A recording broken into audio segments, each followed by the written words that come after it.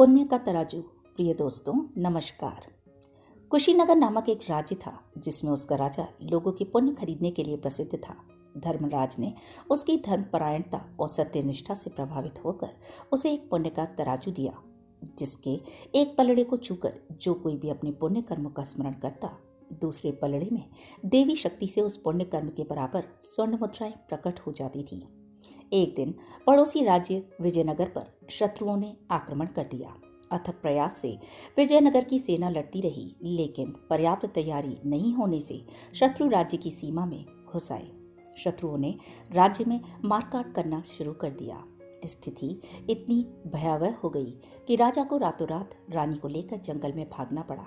रात भर भागते भागते वह कुशीनगर जा पहुंचे। सुबह होते ही रानी को भूख लगने लगी, अतः उन्होंने कोई काम ढूंढकर उससे खाने का इंतजाम करने की सोची। राजा जंगल गया और लकड़ियां काटकर शहर में बेच आया।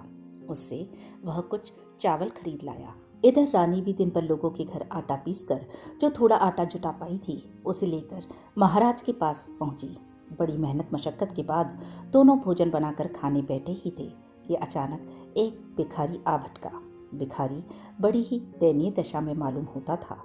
वह कह रहा था, माई 2 दिन से भूखा हूँ, कुछ खाने को दे दो। भिखारी की दशा देखकर राजा रानी को उस पर दया आ गई।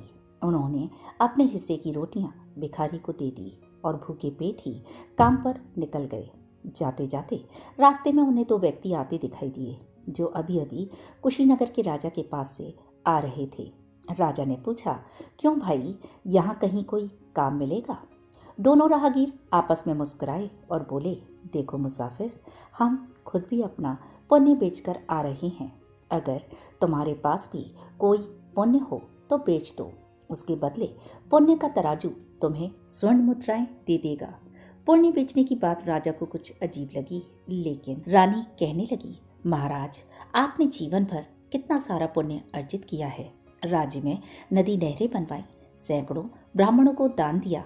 अगर आप अपना सारा पुण्य बेच दें तो हम एक और नया राज्य बना सकते हैं। रानी की बात राजा को जच गई। दोनों राजा रानी कुशीनगर के राजा के पास पहुंचे और अपनी पूरी व्यथा कह सुनाई।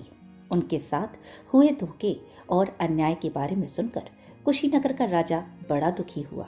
कुशीनगर के राजा ने उनकी मदद करने का आश्वासन दिया, किंतु विजयनगर का राजा बड़ा ही स्वाभिमानी था। उसने किसी भी प्रकार की कोई भी मदद लेने से स्पष्ट मना कर दिया। तो कुशीनगर के राजा ने कहा, ठीक है, यदि आप कोई सहायता नहीं लेना चाहते हैं तो ना सही, किंतु आप अपने पुण्य बेचकर उसका मूल्य प्राप्त कर सकते हैं। कुशीनगर के राजा ने पुण्य का तराजू राजा के सामने रखते हुए कहा, महाराज, इस तराजू के एक पलड़े को छूकर आप अपने उन पुण्यों का स्मरण करें जिन्हें आप बेचना चाहते हैं। आपके उस पुण्य के अनुरूप राशि इस दूसरे पलड़े में आ जाएगी।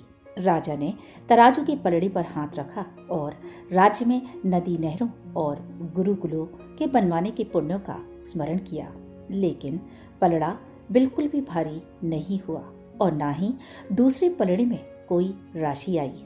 यह देखकर राजा और रानी दोनों उस पुण्य के तराजू को झूठा बताने लगे। तब कुशीनगर का राजा बोला, महाराज, पुण्य के तराजू ने आज तक किसी के साथ कोई भी अन्याय नहीं किया। राज्य में नदी नहरें बनवाना एक राजा का कर्तव्य है, इसलिए उसे आपके पुण्य में नहीं गिना जा सकता। आप अपने किसी और दूसरे पुण्य को रखकर देखिए।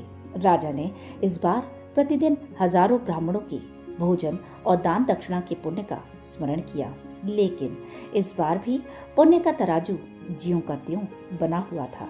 यह देखकर रानी फिर बोल पड़ी, ये तो सरासर अन्याय है।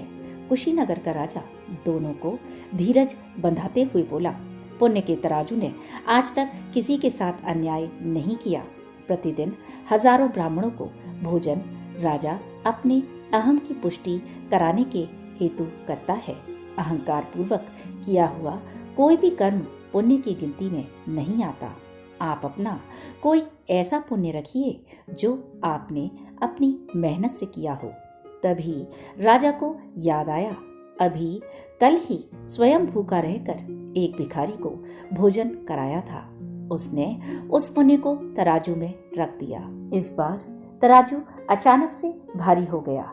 यह देखकर राजा और रानी दोनों खुश हो गए, लेकिन यह क्या, तराजू के दूसरे पलड़े में कोई राशि अभी तक नहीं आई। तभी विजयनगर का मंत्री राजा को ढूंढता हुआ वहां आ पहुंचा। उसने बताया कि उनकी सेना ने शत्रुओं को मारकर भगा दिया और राज्य अब पूर्णतः सुरक्षित है और सभी आपकी प्रतीक्षा कर रहे हैं। यही राजा के उस पुण्य का फल था जो पुण्य के तराजू ने उस राजा को, भिखारी को भोजन कराने के बदले दिया था। इस कहानी से हमें यह शिक्षा मिलती है कि वास्तव में निष्काम भाव से स्वयं कष्ट सहकर दूसरे के भले के लिए किया गया कर्म ही पुण्य की श्रेणी में आता है। कर्तव्य कर्म पुण्य की गिनती में नहीं आता, लेकिन कर्तव्य कर्म का पालन नहीं करना पाप है। इसके साथ ही अहंकार पूर्वक किया गया दान या पुण्य कर्म भी कर्ता को इच्छित फल नहीं देता। अतः विद्वान मनुष्य को चाहिए कि विवेक पूर्वक पुण्य कर्मों का संचय करे। प्रिय दोस्तों, इस कहानी का संदेश आपको कैसा लगा कमेंट करके ज़रूर बताएं और वीडियो को लाइक, शेयर और चैनल को सब्सक्राइब करना ना भूलें। धन्यवाद।